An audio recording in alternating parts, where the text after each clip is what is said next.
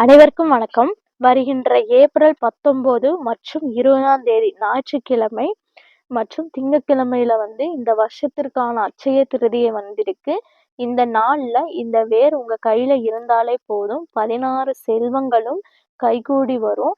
அது என்ன வேர்? அது எப்படி பயன்படுத்தணும்? அப்படிங்கிறத பற்றி தான் இந்த பதிவுல நம்ம தெரிஞ்சுக்க போறோம்.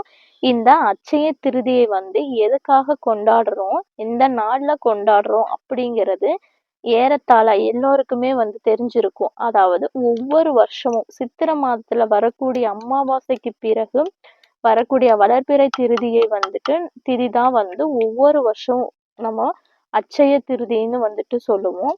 சித்திரை மாதத்துல அமாவாசைக்கு பிறகு 3வது நாளாக வரக்கூடியது தான் இந்த அட்சய திருதியை. இந்த திருதிய நாள்ல அட்சய திருதியை அப்படிங்கிறத நம்ம கொண்டாடுவோம். அந்த நாள்ல நம்ம என்ன பேசுறோமோ, என்ன செய்யறோமோ, இல்லைன்னா என்ன விஷயங்கள் வாங்குறோமோ அது பல மடங்கு பெருகும். அட்சய பாத்திரம் பற்றி கேள்விப்பட்டிருப்பீங்க. அள்ள அள்ள குறையாத பாத்திரம். அதாவது மகாபாரதத்துல சூரிய பகவான் பாண்டவர்களுக்கு இந்த அட்சய பாத்திரத்தை கொடுத்திருக்காராம். அதுவும் காட்டுல அவங்க பசியாறுவதற்காக வாங்கப்பட்ட அந்த அட்சய பாத்திரத்துல எடுக்க எடுக்க உணவு குறையாம வந்துகிட்டே இருந்துச்சாம். பாண்டவர்கள் பசி தீர்ந்து போற அளவுக்கு அந்த அளவுக்கு அது சாப்பாட்டை கொடுத்துக்கிட்டே இருந்துச்சாம்.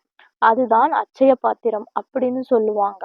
சூரிய பகவான் இந்த அட்சய பாத்திரத்தை சித்திரை மாத வளர்பிறை திதியில தான் பாண்டவர்களுக்கு கொடுத்திருக்காராம். அந்த நாளைத்தான் நம்ம அட்சய திருதியா நம்ம கொண்டாடிட்டு வர்றோம். அந்த நாள்ல பொன் பொருளுக்கு அதிபதியா இருக்கக்கூடிய மகாலட்சுமி தாயாரை நாம மனசார வணங்கணும்.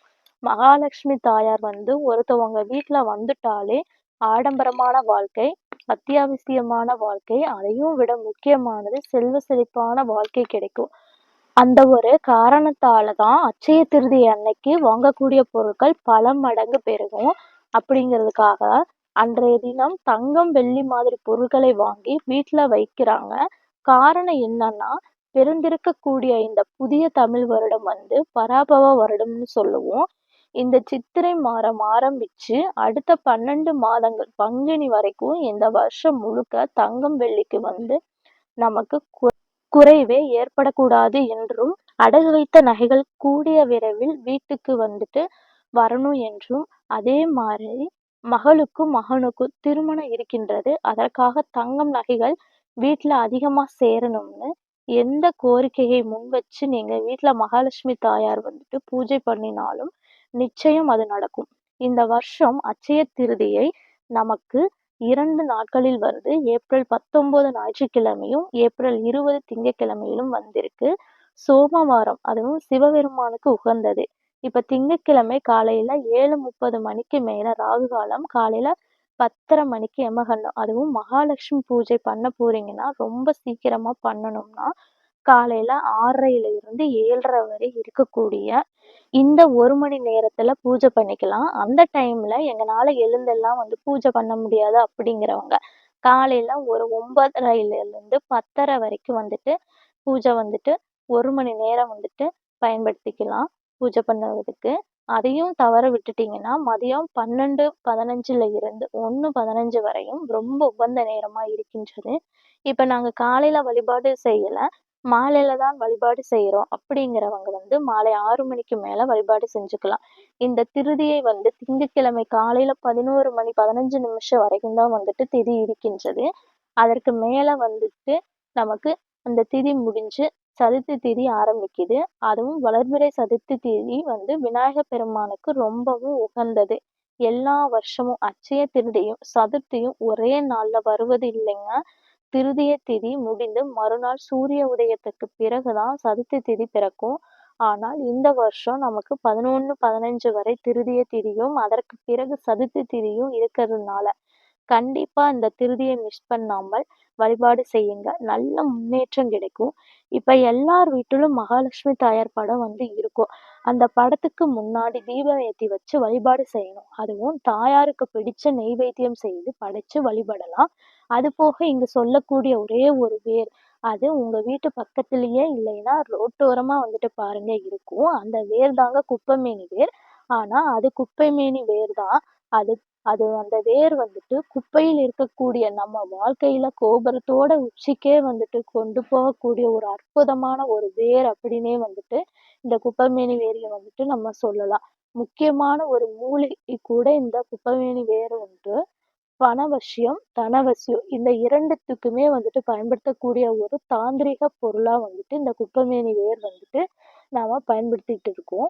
இப்ப இந்த அட்சய திருதியில அன்று திங்கட்கிழமையில இந்த பரிகாரத்த நம்ம எப்ப பண்ண போறீங்கன்னா, நீங்க காலை நேரத்துல செய்தாலும் சரி, இல்லைன்னா மாலை நேரத்துல செய்தாலும் சரி, ராகு காலம், எமகண்டம் இல்லாத ஒரு நேரத்த மட்டும் பார்த்துக்கோங்க.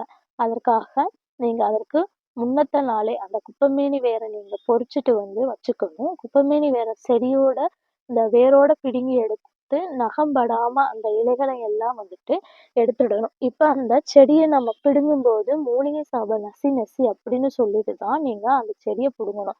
அதற்கு காரணம் ஒரு செடிய நம்முடைய பொருளாதார முன்னேற்றத்திற்காக, ஒரு தாந்திரத்திற்காக நம்ம பயன்படுத்தும்போது, அது மூலியமா அது வந்துட்டு நமக்கு வந்து சாபங்களாகவோ, இல்ல பாவங்களாகவோ வந்துவிடக்கூடாது. அப்படிங்கிறதுக்காகத்தான் அதனால சாபம் நசி நசி என்று சொல்லி, அந்த செடிய பிடுங்கிட்டு வந்து, அந்த இலைகளை எடுத்துட்டு, வேர மட்டும் தனியா வந்து கிள்ளி எடுத்துட்டு, மஞ்சள் கலந்த தண்ணீர்ல நல்லா கழுவிக்கணும்.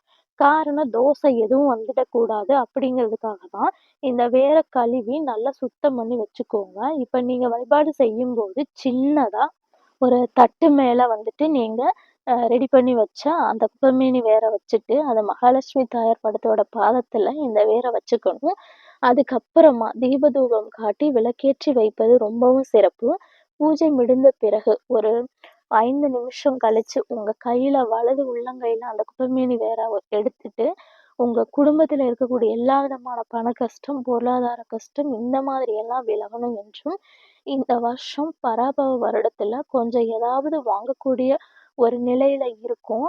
ஆனால் அடுத்த வருஷம் எங்க வீட்ல இதெல்லாம் வாங்குவதற்கு வழி பல மடங்கு பெருகணும் என்றும், நீங்க வேண்டுதல வந்துட்டு மகாலட்சுமி தாயாரிடம் வந்துட்டு முன் வச்சுட்டு, மறுபடியும் அந்த வேர ஒரு 1/2 மணி நேரம் அந்த மகாலட்சுமி தாயாரோட பாதத்துல வச்சிருங்க.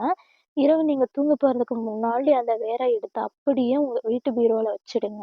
அதுவும் நீங்க வந்துட்டு உபயோகிக்காத ஏதாவது ஒரு தங்கம், ரூபாய் நோட்டு ஒரு ரூ. 10 வந்துட்டு எடுத்துட்டு, அ அந்த நோட்டையும் வந்துட்டு எடுத்து, அந்த வேரோட சேர்ந்து அது கூடயே வந்துட்டு வச்சு, ஒரு பேப்பர்ல வந்துட்டு மடிச்சு ஒன்றாக சேர்த்து எடுத்து, நீங்க வந்துட்டு பீரோல வச்சுடுங்க. ஏன்னா, இந்த வேர் அப்படிங்கிறது தன ஆகர்ஷண மூலிகை அப்படின்னு சொல்லுவோம். இது வந்து ஒரு விஷயம் தன் கூட எந்த விஷயம் வந்து தன் கூட இருக்கோ, அத வந்து பல மடங்கு வந்துட்டு பெருக்கும்.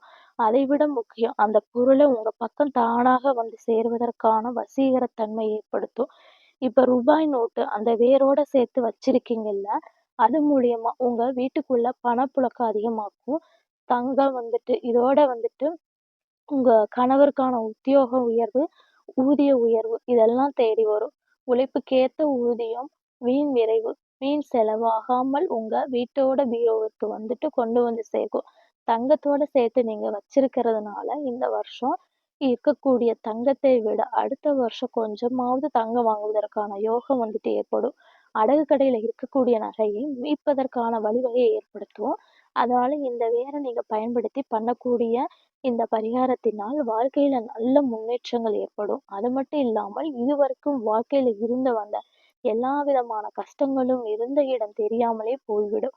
வெள்ளி மற்றும் செவ்வாய்க்கிழமையில நீங்க இந்த வேரோட இருக்கக்கூடிய அந்த நகைக்கும், அந்த ரூபாய் நோட்டுக்கும் நீங்க தீபதூபம் வந்து போடுவது சிறப்புங்க.